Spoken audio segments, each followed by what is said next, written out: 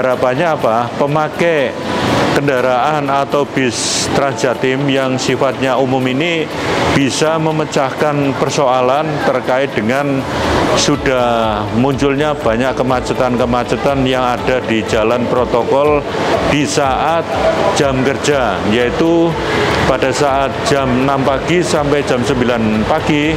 Ini menunjukkan para tenaga kerja yang dari daerah-daerah seperti Mojokerto, Pasuruan, dan sebagainya, ini sudah masuk ke Surabaya dengan waktu yang bersamaan, akhirnya menimbulkan kemacetan yang luar biasa.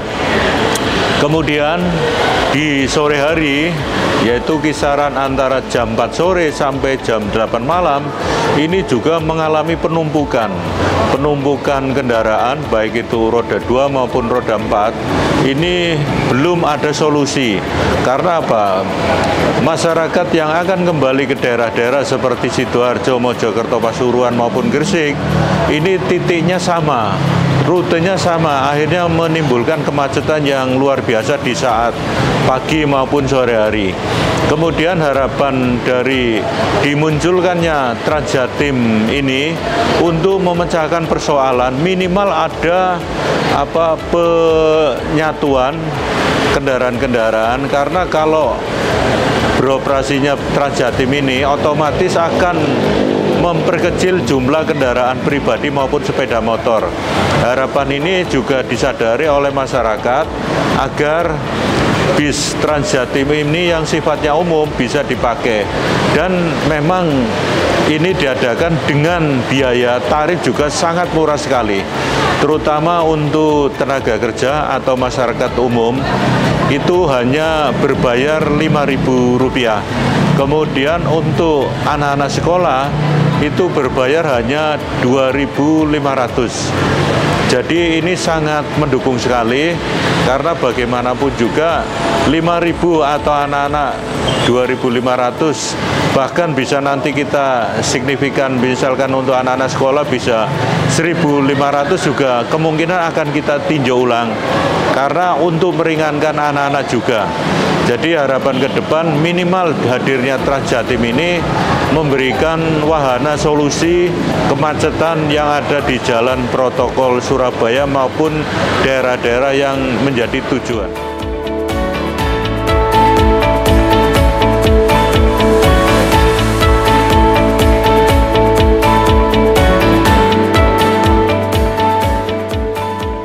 Sosialisasi kepada masyarakat dirasa masih perlu digencarkan lagi oleh pemerintah provinsi agar masyarakat tertarik dan semakin yakin memanfaatkan fasilitas-fasilitas transportasi publik.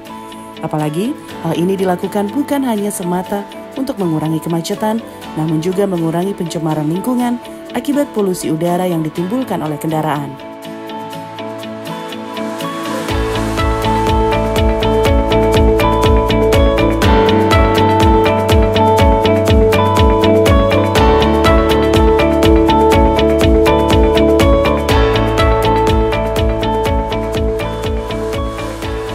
Tentunya harus diadakan memperbanyak sosialisasi, karena di negara-negara maju itu kebanyakan orang bekerja itu enggan memakai kendaraan sendiri, karena satu, polusi udaranya yang semakin meningkat, kemudian tingkat kecelakaannya juga sangat tinggi, terus tingkat kenyamanannya juga tidak terjamin. Nah, harapan solusi ini kan memberikan rasa nyaman, rasa aman, dan memberikan nilai kesehatan yang semakin membaik. Karena terus terang kalau karbon dioksida atau bahan bakar yang dikeluarkan oleh kendaraan-kendaraan bermotor ini sangat istilahnya itu sangat merugikan, karena semakin hari semakin terpuruk terkait dengan kondisi udara atau iklim yang ada di perkotaan. Harapan ini bisa memberikan tingkat peningkatan rendahnya hasil pembakaran dari polusi udara ini.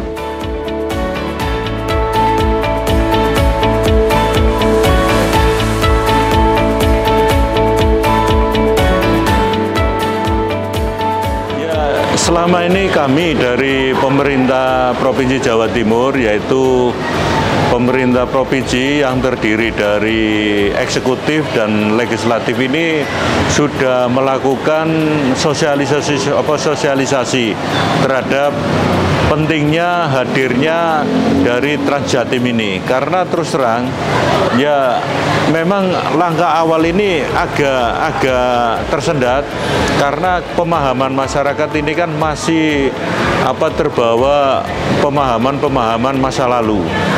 Karena terus terang, ya penyadaran dari segi keamanan ini menjadi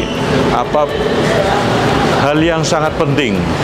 Untuk itu sosialisasi ini harus digencarkan karena biar sarana transportasi umum itu berfungsi, kemudian tingkat kenyamanan masyarakat itu juga terjaga, kemudian tingkat kematian yang ada di jalan raya ini kita persempit, kita minimalisasi seminim mungkin agar harapan ini biar orang berkendara itu kalau sudah pada saat bekerja, pulang maupun berangkat itu terasa nyaman.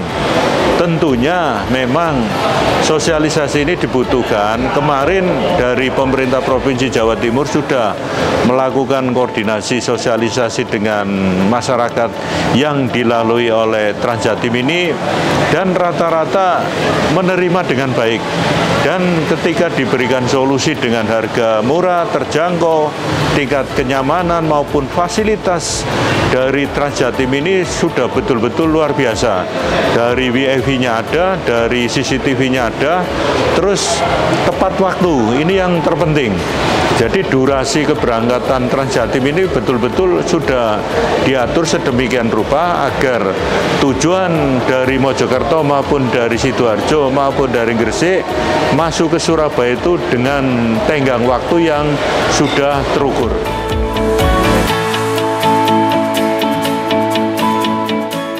Dari sisi infrastruktur jalan, meskipun progres pembangunannya telah mencapai titik penting, namun masih ada sejumlah tantangan yang perlu diatasi. Salah satunya adalah pemeliharaan infrastruktur yang sudah ada agar tetap dalam kondisi baik.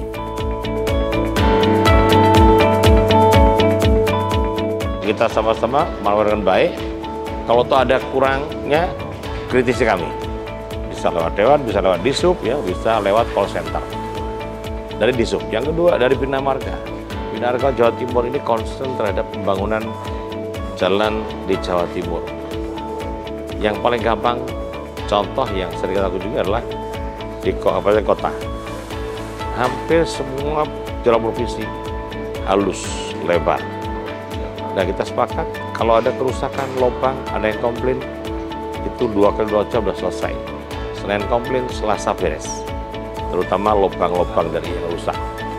Bina Marga menurut kami komitmen bahwasanya jalan-jalan di provinsi ini kita bikin halus, bagus, tentunya lebih lebar dari jalan kabupaten.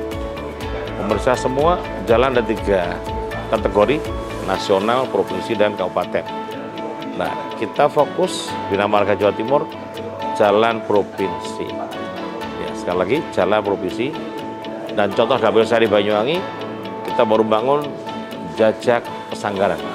Itu habisnya hampir 40 miliar dan memang dampaknya bisa dirasakan lebih lebar, luas, halus, dan masyarakat bisa merasakan. Kalau tahu Jajak menuju Pancak, Jajak menuju Pulau Merah. Kemudian yang ketiga adalah tentang SDM. Mitra kami juga ini sedang in PLTS, tenaga surya. Pondok pesantren diberikan, masyarakat diberikan, juga nanti energi terbarukan. Apalagi SDM mendapat penghargaan Dewan Energi. Ini terbaru. Itu bukti nyata bahwasanya mitra kami bekerja dengan baik, Komisi D bekerja dengan baik, sehingga yang saya sebut 3 utama dari belum yang lain, Dinas Perhubungan, Bina Marga, dan SDM. Dengan terus berlanjutnya upaya pembangunan infrastruktur dan inovasi dalam layanan transportasi, Provinsi Jawa Timur terus menuju arah yang benar dalam menciptakan masa depan yang lebih terhubung dan berkelanjutan.